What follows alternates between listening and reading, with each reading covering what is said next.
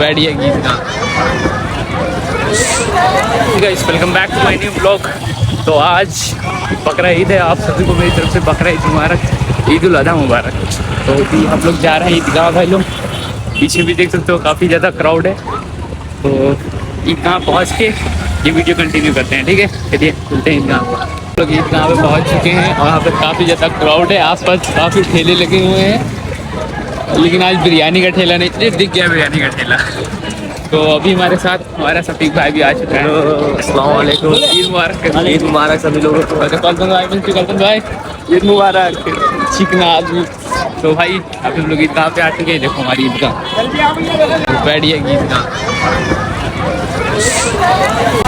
चलो भाई अंदर चल के वीडियो कंटिन्यू करते हैं, ठीक है। काफ़ी ज़्यादा